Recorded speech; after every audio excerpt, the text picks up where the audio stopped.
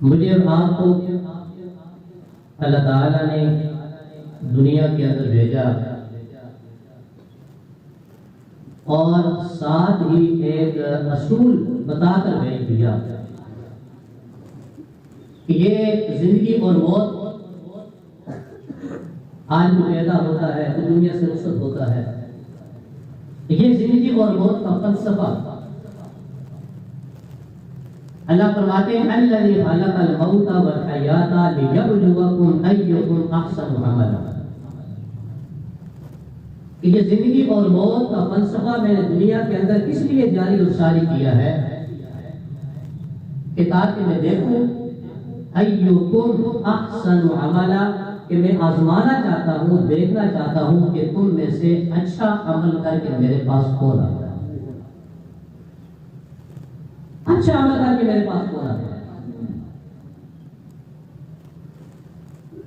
انسان دنیا کے اندر رہتا ہے، اچھے اعمال کرتا ہے، برے اعمال کرتا ہے. اللہ کے ساتھ انسان کا تعلق ہے، بندوں کے ساتھ انسان کا تعلق ہے. اور یہ جو اللہ اور اس کے بندوں کے ساتھ جو تعلق ہے، یہاں ایک بات کہہ رہتے ہیں کہ امام الانبیاء، امام کائنات، رحمت عالم، روح دو عالم، وجہ تخلیق کائنات جناب رسول اللہ صلی اللہ علیہ وآلہ وسلم اس دنیا کے اندر جو مبعوث ہوئے، آپ تشریف لائے، تو آپ کی تشریف آوری کا جو بنیادی مقصد تھا وہ بندوں کو اللہ سے جوڑنا اور بندوں کو بندوں سے جوڑنا. بندوں کو اللہ سے جوڑنا اور بندوں کو بندوں سے جوڑنا. کہ اس دور کے اندر کہ جب بندے اپنے خالق کو بھول چکے تھے اور بندے دوسرے بندوں کے حقوق اور رشتوں کو بھول چکے تھے، اللہ نے یہ دونوں چیزیں اپنے پیارے محبوب کے ذریعے پوجا کیا. اور یہ بندوں کا جو آپس میں تعلق ہوتا ہے، ہم دیکھتے ہیں نا جب جنازہ ہوتا ہے، جنازہ پڑھنے سے پہلے جو جنازہ پڑھانے والے ہیں یا کوئی بندہ مرحوم جو دنیا سے رخصت ہوتا ہے، اس کا متعلق روایتین میں سے، ورثاء میں سے کوئی آدمی آگے آ کر کیا کہتا ہے، ایک جملہ کہتا ہے. اور وہ جملہ کیا کہتا ہے؟ وہ کہتا ہے کہ ان مرحوم جو میرے بھائی ہیں، باپ ہیں، بیٹا ہے، چچا ہے، ماموں ہے، جو بھی ہے، جن کی میت سامنے پڑی ہے، اگر ان سے دنیا میں کسی کے ساتھ کوئی زیادتی ہو گئی ہو، کوئی ظلم ہو گیا ہو، تو اللہ کے لیے ان کو معاف کر دے. یہ جملہ کہا جاتا ہے جی. اکثر مقامات پر بات اپنی بھی کہا جاتا ہوگا، لیکن اکثر جنازوں پر یہ جملہ کہا جاتا ہے ان سے اگر کوئی غلطی ہو گئی ہو، کسی کے ساتھ اس نے زیادتی کی ہو، ظلم کیا ہو، کوئی ایسی غلطی، اللہ تعالیٰ اس کو کیا کر دے؟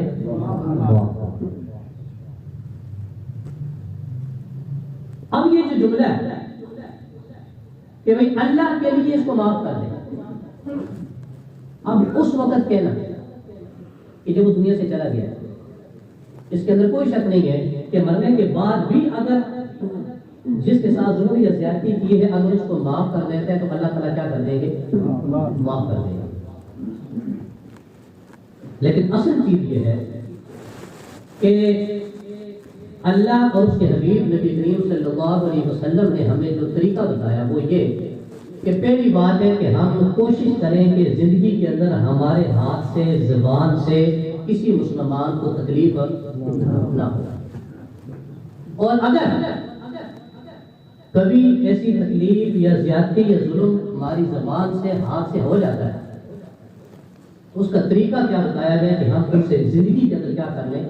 معافی مانگیں. نبی علیہ السلام نے فرمایا المسلم من سلم المسلمون من لسانه و یده. مسلمان وہ ہے کہ جس کی ہاتھ اور زبان سے دوسرا مسلمان محفوظ رہے. یہ مسلمان کی علامت نشانی بتائی گئی کہ مسلمان وہ ہے کہ جس کے ہاتھ اور زبان سے دوسرے مسلمان کیا رہے؟ محفوظ رہے، نہ میرے ہاتھ سے نہ میری زبان سے. اور اللہ کے حبیب امام الانبیاء امام کائنات رحمت علیہ جناب رسول اللہ صلی اللہ علیہ وآلہ وسلم نے ہمیں عملی طور پر کر کے دکھایا. کون رسول اللہ صلی اللہ علیہ وآلہ وسلم امام الانبیاء امام کائنات ہے، رحمت عالم ہے، روح دو عالم ہے، جان دو عالم ہے، وجہ تخلیق کائنات ہے. کون اللہ کے حبیب کہ جن کی وجہ سے اللہ نے مجھے اور آپ کو پیدا کیا ہے، جن کی وجہ سے اللہ تعالیٰ نے یہ زمین و آسمان کا نظام چلایا ہے. کون جناب رسول اللہ صلی اللہ علیہ وآلہ وسلم، وہ اللہ کے نبی. اگر انگلی کا اشارہ کرتے ہیں تو چاند دو ٹکڑے ہو جاتا ہے. کون اللہ کے نبی اللہ کے حبیب اگر اپنی انگلی پر لعاب لگا کر اگر ابو بکر کی ایڑی پر لگاتے ہیں تو ابو بکر کی ایڑی سے سانپ کا زہر فوراً ختم ہو جاتا ہے. کون اللہ کے نبی وہ اللہ کے حبیب جو اپنا لعاب دہن حضرت علی کی آنکھوں پر لگاتے ہیں تو حضرت علی کی آنکھیں ٹھیک ہو جاتی ہیں. کون اللہ کے نبی وہ اللہ کے نبی اگر کھارے پانی کے کنویں کے اندر اپنا لعاب دہن ڈال دیتے ہیں تو وہ کھارا پانی میٹھے پانی کے اندر تبدیل ہو جاتا ہے. وہ اللہ کے پیارے نبی امام الانبیاء امام کائنات، میرا اور آپ کا ایمان و عقیدہ یہ کائنات میرے نبی کے لیے بنائی گئی، جنت میرے نبی کے لیے بنائی گئی. یہ سارے کا سارا نظام کائنات اللہ نے اپنے حبیب کے لیے اپنے حبیب کے صدقے بنایا. لیکن وہ ذات بھی جب دنیا سے جانے لگی، آخری وقت آیا، وہ منظر اپنی آنکھوں کے سامنے رکھے نا. اللہ کے حبیب امام الانبیاء رحمت عالم صحابہ کو بلاتے ہیں، صحابہ تشریف لائے، رحمت عالم فرماتے ایک جملہ کہا، فرمایا او میرے صحابہ، او میرا کلمہ پڑھنے والوں، او مجھے ماننے والوں، میں نے تمہارے اندر 63 سالہ زندگی گزاری ہے، مکے کے اندر زندگی گزاری، مدینے کے اندر تمہارے درمیان زندگی گزاری ہے. اگر کبھی میری زبان سے، کبھی میرے ہاتھ سے، کبھی میرے کسی عمل سے اگر کسی کو اگر دکھ پہنچا ہے، اگر کسی کو تکلیف پہنچی ہے تو آؤ آج میری زندگی کے اندر مجھ سے بدلہ لے لو. میں چاہتا ہوں کہ میں اپنے رب کے پاس جاؤں تو ہر چیز سے پاک اور صاف ہو کر جاؤں. یہ کون کہہ رہے ہیں؟ جناب رسول اللہ صلی اللہ علیہ وسلم. وہ ذات کہہ رہی ہے، وہ ذات کہ طائف والوں نے آپ کو اتنے پتھر مارے ہیں کہ آپ کا جسم لہو لہان ہو جاتا ہے، آپ کے جوتے لہو لہان ہو جاتے ہیں.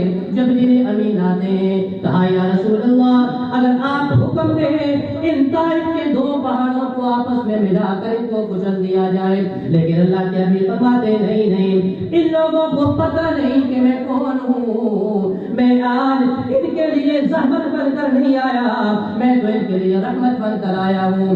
میں بدلہ لینے کے لیے نہیں آیا، میں تو معاف کرنے کے لیے آیا ہوں. وما ارسلناک الا رحمۃ للعالمین. آپ نے فرمایا آؤ مجھ سے بدلہ لے لو. تمام صحابہ، کوئی دائیں دیکھتا ہے، کوئی بائیں دیکھتا ہے، کون اٹھتا ہے آج اللہ کے نبی سے بدلہ لینے کے لیے؟ کون اٹھتا ہے؟ اتنے میں صحابہ نے دیکھا ایک صحابی کھڑے ہوتے ہیں، عکاشہ نام ہے، حدیث کے اندر واقع آتا ہے. حضرت عکاشہ رضی اللہ تعالیٰ کھڑے ہوتے ہیں، عرض کرتے یا رسول اللہ میں آپ سے بدلہ لینا چاہتا ہوں. صحابہ حیران ہو جاتے ہیں، عکاشہ یہ تو کیا کہہ رہا ہے؟ تو اللہ کے نبی سے بدلہ لے گا؟ تجھے جرأت کس طرح ہوئی اس طرح کی بات کہنے کی؟ عمر فاروق جیسا جلالی صحابی آنکھیں نکالتے ہیں حضرت عکاشہ کی طرف. لیکن جب رسول اللہ نے دیکھا فرمایا عمر اسے غصہ نہ کرنا، اس کا حق بنتا ہے کہ آج مجھ سے بدلہ لے. عکاشہ آ گیا کہ کہا کس چیز کا بدلہ؟ عکاشہ کہتے یا رسول اللہ صلی اللہ علیہ وسلم میدان بدر کے اندر جب آپ صفوں کو درست کر رہے تھے، اپنی چھری سے آپ سبوں کو دست کر رہے تھے، اسی اثنا میں آپ نے میری پیٹھ پر ایک چھری ماری تھی، مجھے درد ہوا تھا، آج میں اس درد کا بدلہ لینا چاہتا ہوں، اس درد کا بدلہ لینا چاہتا ہوں۔ حضور نے فرمایا کہ آگے آپ بدلہ لینا، عکاشہ آگے آتے ہیں، حضور نے اپنی پیٹھ نیچے کی، جھکے، عکاشہ کہتے ہیں یا رسول اللہ، جس وقت آپ نے مجھ پر چھری ماری تھی میری پیٹھ ننگی تھی،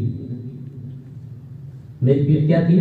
ننگی تھی، اس پہ لباس قمیض نہیں تھی، آپ قمیض اتاریں گے آپ کی پیٹھ مجھے نظر آئے گی، پھر میں اپنا بدلہ لیں گے، اگر آپ انصاف کرنا چاہتے ہیں۔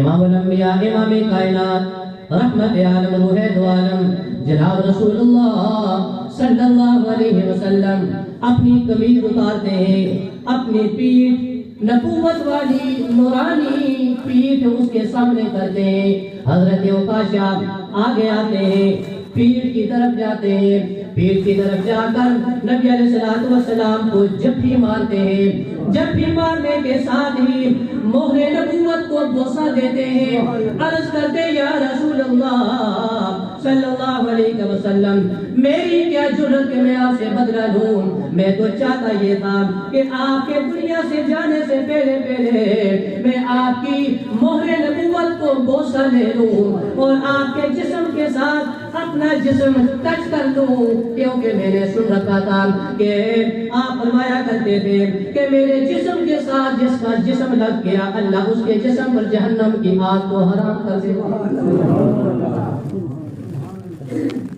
یہ ان کا عشق، یہ ان کی اطاعت، یہ ان کی محبت، وہ تو اپنی جگہ ہے، لیکن سبق ہمیں کیا ملتا ہے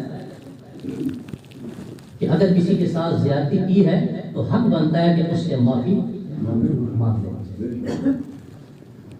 دنیا میں میرے دوستوں سے معافی مانگ کے ساتھ چلا جائے، ورنہ کل قیامت کے دن کہیں یہ نہ ہو کہ اللہ تعالیٰ اپنے حقوق کو معاف کر دے لیکن بندوں کے حقوق اللہ تعالیٰ معاف کبھی نہیں کرے۔ آج مجھے اس بات کی کوئی پرواہ نہیں کہ میں نے کسی کے ساتھ کوئی ظلم کیا ہو، گالی دی ہے، زیادتی کی ہے، کسی کی زمین پر قبضہ کیا ہو، کسی کے ساتھ کوئی ظلم کیا ہو، لیکن میں نے یہ نہیں سوچا کہ میں نے اس قبر کے اندر جانا ہے اس سے معافی مانگ کر جانا ہے، کہیں یہ نہ ہو کہ ہم اس بات کے مستحق بن جائیں کہ نبی علیہ السلام نے فرمایا، صحابہ سے پوچھا میرے صحابہ بتاؤ تمہارے نزدیک سب سے زیادہ غریب کون ہے؟ سب سے زیادہ غریب کون ہے؟ صحابہ نے کہا ہمارے نزدیک کو غریب ہوئی کہ جس کے پاس درہم دینار نہیں ہوتا، زمین جائیداد نہیں، وہ غریب ہے۔ آپ نے فرمایا کہ نہیں، حقیقت میں غریب وہ ہے جو کل قیامت کے دن نماز، روزہ، حج، زکات کا ڈھیر لے کر آئے گا، لیکن دنیا میں اس نے کسی کو گالی دی ہوگی، کسی کی غیبت کی ہوگی، کسی کو تھپڑ مارے ہوں گے، کسی پر ظلم کیا ہوگا، کسی پر زیادتی کی ہوگی، کسی کو غریب سمجھ کر مارا ہوگا، کسی کو کمتر سمجھ کر مارا ہوگا، کسی کو حقیر سمجھ کر زیادتی کی ہوگی۔ آج آئے وہ سب اس سے اپنا بدلہ لے لیں، اور اس وقت بدلہ درہم دینار کی شکل کے اندر نہیں ہوگا، زمین جائیداد کی شکل کے اندر نہیں ہوگا، قیامت کے دن کی کرنسی صرف نیکی ہوگی۔ وہ لوگ آئیں گے اس سے نماز روزے کی شکل کے اندر اپنا بدلہ لیتے جائیں گے، یہاں تک کہ سب لوگ اپنا بدلہ لے لیں گے اور اس کا دامن خالی رہے گا۔ حضور نے فرمایا میرے صحابہ بتاؤ اس سے زیادہ کوئی غریب ہے؟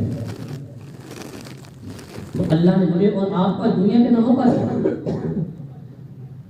اللہ قرآن کے اندر فرماتے ہیں وَأَنفِقُوا مِمَّا رَزَقْنَاكُم مِّن قَبْلِ أَن يَأْتِيَ أَحَدَكُمُ الْمَوْتُ۔ اللہ فرماتے ہیں میرے بندو اس سے قبل کہ تم پر موت آ جائے اللہ کے راستے میں خرچ کر لو، اللہ کے راستے میں نیک اعمال کر لو، اس سے قبل کہ تم پر موت آ جائے، اور جب موت آ جائے اس وقت تم یہ کہو کہ کاش میرے پاس وقت ہوتا فَأَصَّدَّقَ وَأَكُن مِّنَ الصَّالِحِينَ، کاش میں نیک بن جاتا، کاش میں اللہ کے کے راستے میں صدقہ خیرات کرتا، کاش میں نماز پڑھ لیتا، کاش میں نیک اعمال کر لیتا، لیکن اللہ فرماتے ہیں وَلَن يُؤَخِّرَ اللَّهُ نَفْسًا إِذَا جَاءَ أَجَلُهَا، اللہ فرماتے ہیں پھر تمہیں کبھی بھی مہلت دوبارہ نہیں دی جائے گی۔ انسان تمنا کرے گا، تمنا کرے گا انسان، لیکن اللہ تعالیٰ دوبارہ اسے موقع نہیں دے گا۔ حضرت عبداللہ بن عمر رضی اللہ تعالیٰ قبرستان کے پاس سے جانے لگے، ساتھ اس سے ابر جانے لگے، قریب پہنچے، اپنی سواری سے نیچے اترے، 2 رکعت نماز پڑھا۔ کیا کیا؟ 2 رکعت نماز ادا۔ ساتھی نے پوچھا کہ یہ آپ نے کیا کیا؟ یہاں اپنے اچانک آپ اترے، نہ مسجد ہے نہ کوئی جگہ ہے، قبرستان ہے، سائڈ پہ آپ نے 2 رکعت آپ نماز ادا کر لی ہے، تو بات سمجھ نہیں آئی۔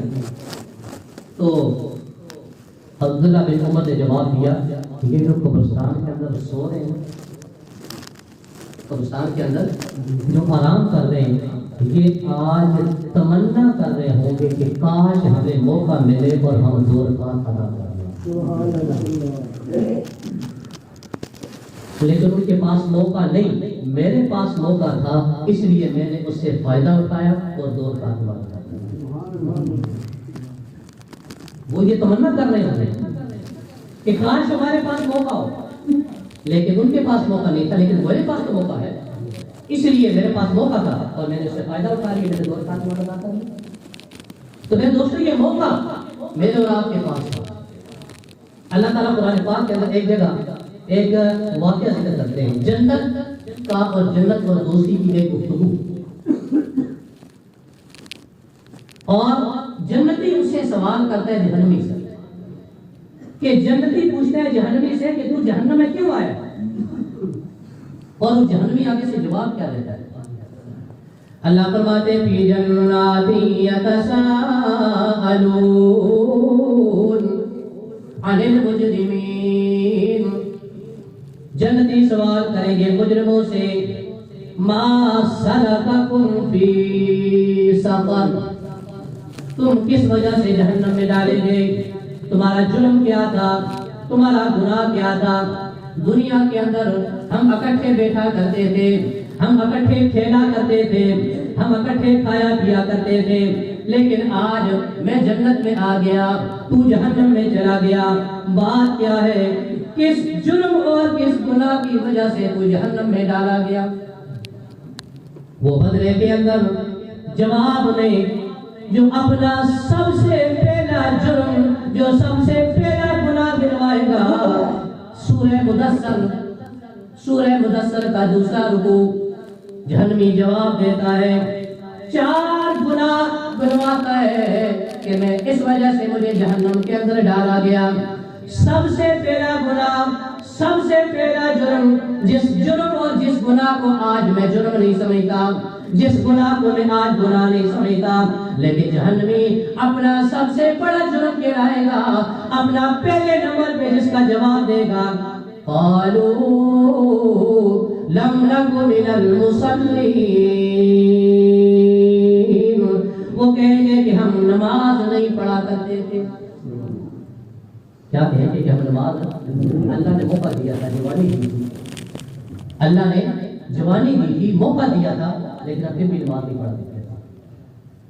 اور یہ اپنی خاص طور پر نوجوان بھائی دوستوں سے کہوں گا، نبی علیہ السلام کی حدیث مارکا کے اندر آتا ہے کل قیامت کے دن اللہ تعالیٰ کے عرش کے سائے کے نیچے سائے کے علاوہ کوئی سایہ نہیں ہوگا، عرش کے سائے کے علاوہ کوئی سایہ نہیں ہوگا۔ آپ نے فرمایا کہ 7 قسم کے لوگ اللہ کے عرش کے سائے کے نیچے ہوں گے، سبحان اللہ، اور اس سائے کے علاوہ کوئی سایہ بھی نہیں ہوگا میدان حشر کے اندر۔ نبی علیہ السلام نے فرمایا اس میں سے ایک وہ جوان بھی ہے کہ جو اپنی جوانی کے اندر اللہ کی عبادت کرتا ہے، جس نے اپنی جوانی کو اللہ کی عبادت کے اندر خرچ کیا۔ نبی علیہ السلام نے فرمایا کہ وہ نوجوان کل قیامت کے دن اللہ کے عرش کے سائے کے نیچے ہوگا۔ تو میں عرض کر رہا تھا کہ معاف کرنا یہ اللہ تعالیٰ کو انتہائی پسند ہے. معاف کرنا کسی کو یہ اللہ تعالیٰ کو بہت زیادہ پسند ہے. حضرت حسن رضی اللہ تعالیٰ ایک دن کھانا کھانے کے لیے بیٹھے. حضرت حسن جوانوں کے جنت کے جوانوں کے سردار کھانا کھانے کے لیے بیٹھے. لوڑی آئی نوکرانی ہاتھ کے اندر برتن گرم سالنے کا قریب پہنچی. سالنا ٹھوکر لگتی ہے, سالنا گرتا ہے حضرت حسن کے جسم کا, حضرت حسن کے لباس کا. اب لونڈی پریشان ہو جاتی ہے کہ آقا مجھے سزا دیں گے. اور پھر لونڈی بھی کس کی تھی, نوکرانی بھی کس کی ہے. حضرت امام حسن رضی اللہ تعالیٰ نواسے رسول ہیں, حضرت فاطمہ کے لفظ جگر ہیں, حضرت علی کے بیٹے ہیں, رحمت عالم کے نواسے ہیں. سیدہ شباب اہل الجنت الحسن والحسین, جنت کے جوانوں کے سردار بھی حضرت حسن ہیں. جب لونڈی دیکھتی ہے کہ حضرت حسن غصے کے اندر آ گئے, حضرت حسن کی لونڈی نے قرآن پاک کی آیت کریمہ تلاوت کرتی ہے. والکاظمین الغیظ والعافین عن الناس واللہ یحب المحسنین. قرآن کے اندر اللہ تعالیٰ متقی لوگوں کی صفات کو بیان کرتے ہیں. ایک صفت والکاظمین الغیظ, وہ غصے کو پی جاتے ہیں. جب قرآن کا حکم سنا حضرت حسن نے اپنے غصے کو قابو کر لیا. جو اللہ والے ہوتے ہیں, اللہ کے نیک بندے, جب ان کے سامنے اللہ کے قرآن کا حکم آ جاتا ہے پیچھے ہٹ جاتے ہیں, اپنی آلات کو سامنے نہیں رکھتے, پیچھے ہٹ جاتے ہیں. حسن نے کہا کہ جا میں نے اپنا غصہ ختم کر لیا. لوڈی بڑی سیانی تھی, آگے کہا والعافین عن الناس, صرف غصے کو پیتے ہی نہیں بلکہ غلطی کو بھی معاف کر دیتے ہیں. حضرت حسن نے کہا کہ جا میں نے تیری غلطی کو معاف کر. اس نے اگلا جملہ بھی پڑھا, اس نے کہا والکاظمین الغیظ, صرف غصے کو نہیں پیتے, والعافین عن الناس, صرف لوگوں کو معاف ہی نہیں کرتے, واللہ یحب المحسنین, بلکہ لوگوں پر احسان بھی کرتے ہیں.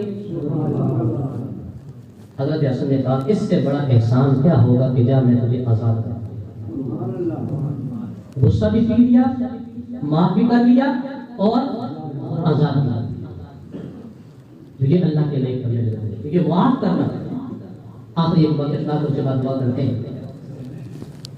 نبی کریم صلی اللہ علیہ وآلہ وسلم صحابہ کے درمیان تشریف فرمائے. آپ نے دیکھا کہ ایک شخص آنے والا ہے. نبی علیہ السلام نے فرمایا صحابہ کو کہ ابھی ایک شخص آئے گا اور وہ جنتی ہے. ابھی ایک شخص آئے گا اور وہ کیا ہے, جنتی ہے. صحابہ نے دیکھا ایک صحابی آئے اور تازہ وضو کیا ہوا ہے, ان کی داڑھی سے پانی ٹپک رہا ہے, قطرے ٹپک رہے. وہ آئے اور ایک کنارے پر بیٹھ گئے. بات آئی یہ ختم ہو گئی. دوسرے دن پھر صحابہ بیٹھے ہیں. نبی علیہ السلام تشریف فرمائے. حضور نے فرمایا کہ ابھی ایک شخص آئے گا اور وہ جنتی ہے. دوسرے دن صحابہ نے دیکھا پھر وہی شخص آیا, وہی صحابی آیا. اسی طرح ان کا تازہ وضو کیا ہوا ہے اور داڑھی سے پانی کے قطرے ٹپک رہے. وہ صحابی آئے کنارے پر بیٹھے, بات ختم ہو گئی. تیسرے دن پھر نبی علیہ السلام نے اسی طرح فرمایا کہ ایک شخص آنے والا ہے اور وہ جنتی ہے. صحابہ نے دیکھا کہ پھر وہ شخص آئے, وہ صحابی آئے اور آ کر اسی طرح تازہ وضو کیا ہو, آ کر بیٹھے. حضرت عبداللہ بن عمر رضی اللہ تعالیٰ, یہ تھوڑی دیر پہلے جب میں نے باتیں سنائی, وہ اتنے پریشان ہو جاتے ہیں کہ یہ شخص کہ 3 دن اللہ کے نبی کہہ رہے ہیں کہ یہ جنتی ہے, آخر کس وجہ سے, اس کا عمل کیا ہے؟ آج تیسرے دن کہا جا رہا ہے کہ یہ جنتی ہے. حضرت عبداللہ بن عمر فرماتے ہیں ارادہ کیا شام کو ان کے گھر چلے گئے. گھر گئے, یہ بتانا چاہتا ہوں کہ معافی مانگنا اور معاف کرنا یہ کتنا بڑا عمل ہے. عبداللہ بن عمر کہتے ہیں جہاں تک پہنچے دروازہ کھٹکایا, اندر سے وہ صحابی تشریف لائے, بہانہ کیا کہ کسی وجہ سے میں اپنے گھر نہیں جا سکتا, ابو کے ساتھ کوئی مسئلہ بن گیا ہے, تو اگر آپ اجازت دیں تو میں ایک رات آپ کے گھر کہنا چاہتا ہوں، یہ دیکھنا چاہتے ہیں کہ یہ کرتے کیا ہے، ان کا عمل کیا ہے۔ عبداللہ بن عمر رات ٹھہرے، وہ صحابی عشاء کی نماز پڑھ کر آئے، کھانا کھایا، عشاء کی نماز پڑھی، کوئی عمل نہیں کیا، کہا بھائی مجھے تو نیند آ رہی ہے، اگر تم نے سونا ہے تو سو جاؤ، وہ کام کرنا ہے وہ کر لو، مجھے تو نیند آ رہی ہے۔ وہ صحابی دعا پڑھی سونے کی، اللہم بسمک اموت واحیا، سنت کے مطابق دائیں طرف کروٹ لی، اپنا دائیں ہاتھ دائیں پیروں کے نیچے رکھا، چہرے کے دعا پڑھا، سو گئے۔ ان کے ذہن کے اندر یہ تھا کہ رات کو اٹھیں گے، نفل پڑھیں گے، قرآن کی تلاوت کریں گے، ان کو اذکار کریں گے، شاید اس وجہ سے ان کا اللہ نے فرمایا کہ یہ غلطی ہے، اللہ کے نبی نے فرمایا وہ تو پوری رات سوئے، کہتے ہیں کہ اس پوری رات میں بستر کے نیچے سے دیکھتا رہا لیکن کوئی حرکت نہیں ہوئی۔ صبح حضرت بلال نے تہجد کی اذان دی، اذان ہوئی، وہ صحابی اٹھے، تہجد پڑھی، اس کے بعد اذان نماز کی ہوئی تو نماز کے لیے چلے گئے۔ نماز کے بعد میں جانے لگا تو میرے چہرے پر کچھ مایوسی انہوں نے دیکھی، انہوں نے کہا بیٹا کیا بات ہے، بڑے پریشان لگ رہے ہو، مایوس لگ رہے ہو، بات کیا ہے؟ انہوں نے کہا کہ عبداللہ بن عمر نے کہا کہ چچا نہ بات نہیں، میں تو اس لیے آیا تھا، میں تو بڑا مایوس ہوا ہوں، مجھے تو آپ کے کوئی ایسا کوئی خاص بات نظر نہیں آئی، جس مقصد کے لیے میں آیا تو مقصد میرا پورا نہیں ہوا۔ تو اس صحابی نے جواب دیا بیٹا بات یہ ہے میرے پاس اور کوئی اتنا بڑا عمل تو ہے نہیں، ہاں ایک بات ایک کام روزانہ میں رات کو سونے سے پہلے کر کے سکتا ہوں۔ عبداللہ بن عمر نے پوچھا چچا جان کیا؟ فرمایا بیٹا جب میں رات کو بستر پر سونے لگتا ہوں تو میں دو باتیں اپنے دل میں کہتا ہوں، اے اللہ آج پورا دن صبح سے لے کے اب تک اگر میں نے کسی کے ساتھ زیادتی کی ہے تو مجھے معاف کر دے، اگر میرے ساتھ کسی نے کچھ کیا ہے تو میں تیرے لیے اس کو معاف کروں۔ یہ دو جملے روزانہ رات کو کر کے نہ سنا کہ میرے ساتھ اگر کسی زیادتی کی ہے تو میں کیا کروں، یا اللہ تیرے لیے میں معاف کرتا ہوں، تو بھی اسے معاف کر۔ کسی کو معاف کرنا یہ اللہ تعالیٰ کو اتنا پسند ہے کہ روزانہ رات کو لوگوں کو معاف کر کے سوتے ہیں، تو اللہ کے نبی نے فرمایا کہ یہ کیا ہے، جنت کی ہے۔ تو میرے دوستو یہ زندگی چند روزہ زندگی ہے، اس کے اندر اللہ نے مجھے اور آپ کو موقع عطا فرمایا ہے، اس میں ہم فائدہ اس سے اٹھا رہے ہیں۔ اس سے کوشش ہماری یہ ہو کہ پہلی بات یہ ہے کہ ہمارے ہاتھ اور زبان سے کسی پر ظلم و زیادتی نہ ہو۔ المسلم من سلم المسلمون من لسانه ويده، اور دوسرا اگر کبھی ہو جائے تو ہم معافی مانگنے کو کبھی اپنی آر نہ سمجھیں، لوگوں کے سامنے نہ معافی اللہ کر کے تنہا کر اسے کہہ دیں مجھ سے یہ زیادتی ہو گئی ہے، اللہ کے لیے معاف کر دیں۔ یقین جانے کہ معاف کرنے سے معافی مانگنے سے انسان چھوٹا نہیں ہوتا، معافی مانگنے سے انسان چھوٹا نہیں ہوتا، معافی مانگنے والا بھی بڑا ہے اور معاف کرنے والا اس سے بھی بڑا ہے۔ اور معاف کرنا یہ اللہ کی صفت ہے۔ کس کی صفت ہے؟ اللہ کی صفت ہے یہ معاف کرنا، اور اللہ تعالیٰ معاف کرنے کو پسند کرتے ہیں۔ نبی علیہ السلام نے فرمایا اگر تم دنیا کے اندر کسی کے ایک غلطی کو معاف کرو گے، اللہ تعالیٰ قیامت کے دن تمہاری 70 غلطیوں کو معاف کرے گا۔ اور دنیا کے اندر اگر تم کسی کا ایک عیب چھپاؤ گے، یعنی کسی کی کوئی کمی انسان کو پتہ چل جاتی ہے، پتہ چلتا ہے، تو ہماری تو اللہ معاف کرنے کی کوشش ہوتی ہے کہ پورے محلے کے اندر اس کا ڈنڈورا پیٹ لے تاکہ یہ بدنام ہو جائے۔ میرے دوستوں کو تخیل لگا آپ صلی اللہ علیہ وسلم کہ جو کسی کا ایک عیب چھپائے گا، اللہ تعالیٰ قیامت کے دن اس کے 70 عیبوں پر پردہ ڈالے گا۔ سبحان اللہ۔ میرے دوستو آج جس کے عیب کو میں پردہ فاش کروں گا وہ تو بدنام ہوگا صرف ایک محلے کے اندر، وہ تو بدنام ہوگا ایک گاؤں کے اندر، لیکن کل قیامت کے دن جب آدم علیہ السلام سے لے کر قیامت تک آنے والا انسان اربوں خربوں لوگ ہوں گے، جب ان کے سامنے اگر میرے عیبوں کو کھولا جائے گا تو اس اوپر کیا حال ہوگا۔ اگر میں یہ چاہتا ہوں کہ کل قیامت کے دن میرے عیب چھپے رہے، میرے عیبوں پر پردہ پڑا ہے، تو میں دنیا کے اندر اپنے مسلمان بھائی کے عیبوں پر پردہ پڑا۔ میں یہ چاہتا ہوں کہ اگر قیامت کے دن اللہ مجھے معاف کرے، میرے گناہوں کو معاف کرے، تو میرے دوستوں آج دنیا کے اندر میں اپنے مسلمان بھائی کو معاف کروں گا۔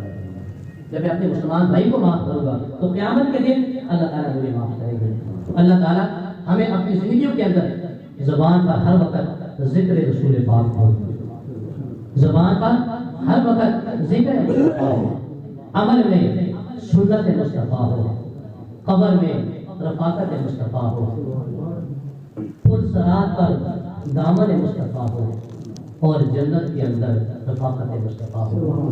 یہ اگر اللہ تعالیٰ ہمیں نصیب فرما دے کہ دنیا کے اندر بھی میدان حشر کے اندر بھی شفاعت مصطفیٰ مل جائے، دامن مصطفیٰ مل جائے، رفاقت مصطفیٰ مل جائے، شفاعت مصطفیٰ مل جائے، تو میرے دوستو پھر ہماری کامیابی نہیں ہوگی۔ اس لیے اس کہنے والے نے کہا کہ اپنی ساری مشکلیں اس مشکل شاہ پہ چھوڑ دے، بچے تیرے کھائیں گے کیا اس خدا پہ چھوڑ دے، تو اپنی شفاعت کے لیے پریشان ہونے والا ہے کون؟ یہ کام ہے مصطفیٰ کا، مصطفیٰ پہ چھوڑ دے۔ لیکن وہ شفاعت بھی کب کریں گے میرے دوستوں کی؟ جب ہمارے پاس کچھ ہوگا، جب ہماری کوشش ہوگی، ہمارے پاس ایک اعمال بھی ہوگی، کوشش بھی ہوگی، تو اللہ کے نبی ہماری شفاعت کریں گے۔ اللہ تبارک و تعالیٰ ہمیں ہر اس عمل سے بچنے کی توفیق عطا فرمائے کہ ہم کسی دوسرے کے ساتھ ظلم و زیادتی کریں، اللہ ہمیں بچنے کی توفیق عطا فرمائے۔ اگر کبھی ہو جائے تو خلوص دل سے معافی مانگنے کی اللہ تعالیٰ توفیق عطا فرمائے۔ وما علینا الا